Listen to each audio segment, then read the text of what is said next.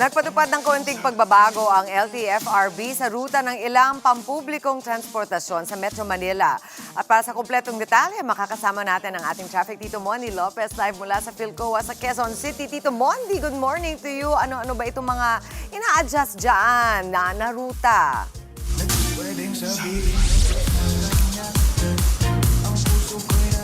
Sayaw na sayaw.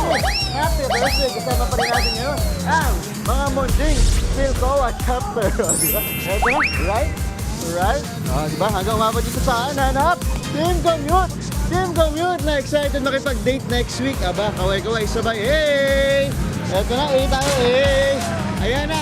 Eto, gaya sa mga Michigan, magkakaroon nga ng panibagong ruta, lalo na po sa mga pampublikong sasakyan. Tama, good morning po. Dahil eto nga, makikita niyo po na eto ay magsisimula para po sa mga commuters natin para mas lalong gumaan po ang kanilang mga biyahe. Ang mga ruta rito, hindi lang po sa Manila, kundi sa Rizal, pati na po sa Surigao.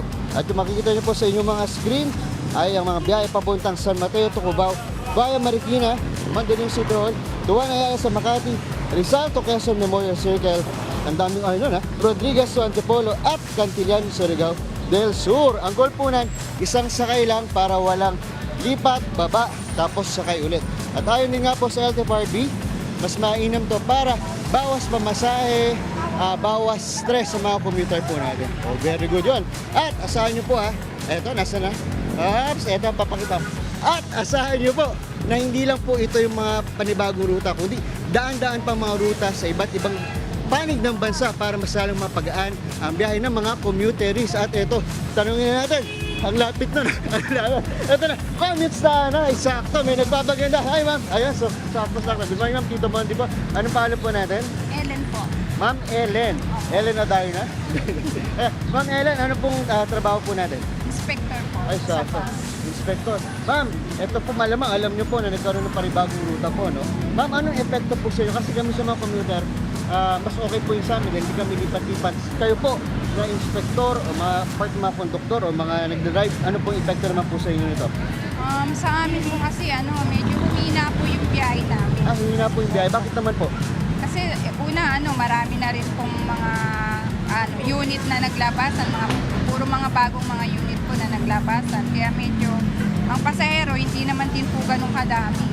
Kaya kada pas ngayon, napakahina po talaga ng biyahe. Pero kayo ma'am, sangayon kayo sa bagong ruta na ganyan, na nagdagdag po sa Hindi po. Kasi yun So dahil, nga po. hindi kayo sangayon ma'am, bababa na Hindi na sa... Eto, dahil dyan ma'am, nagpa-interview ka ma'am, pili kayo sa aking jacket, pili po kayo. Oh, ganun? Ano pong gusto nyo? Bunot po kayo dyan. Eto ma'am, sige ma'am, bunutin natin. Aga! Ayan, meron yan. Sakto. Baon po niyan. At ito pa. Sagis na rin. Buti ang agis. Ma'am, ito pangsalubong mo sa Chinese New Year mula sa Good Morning Kapatid. Ay, salamat! Diba? Tapos, Ma'am Ellen, pakidikit po to sa lahat ng bus nyo. Itong sticker, 5 po yan. Maraming salamat po. Ma'am, kaway po tayo. Maraming pong salamat. Ito, mabilisan lang ulit. Parang naigis ba si Ma'am? Okay ba? Meron ka rin. Ito, Ma'am, may request kayo sa akin. Ano yung gusto niyang ibigay ko sa inyo? Payong, sir! Payong! Sakto! Asa na yung payong? Eto na. Sakto. Ito, payong po para sa aking Montings. Ayan, bigay natin. Salamat! Para sa inyo po. Salamat, Yan muna sir! ating morning day. Live na live dito sa Philcoa. Kaway po tayo. Ma'am, sayaw tayo. Back to studio.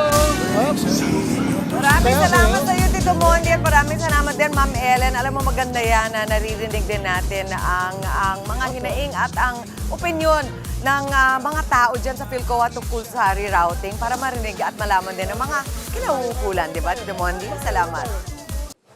Mga kapatid, Dimples Romana po, maging maalam at may pakialam sa mga napapanahong issue at headlines. Mag-follow na po at subscribe na sa social media pages ng News 5.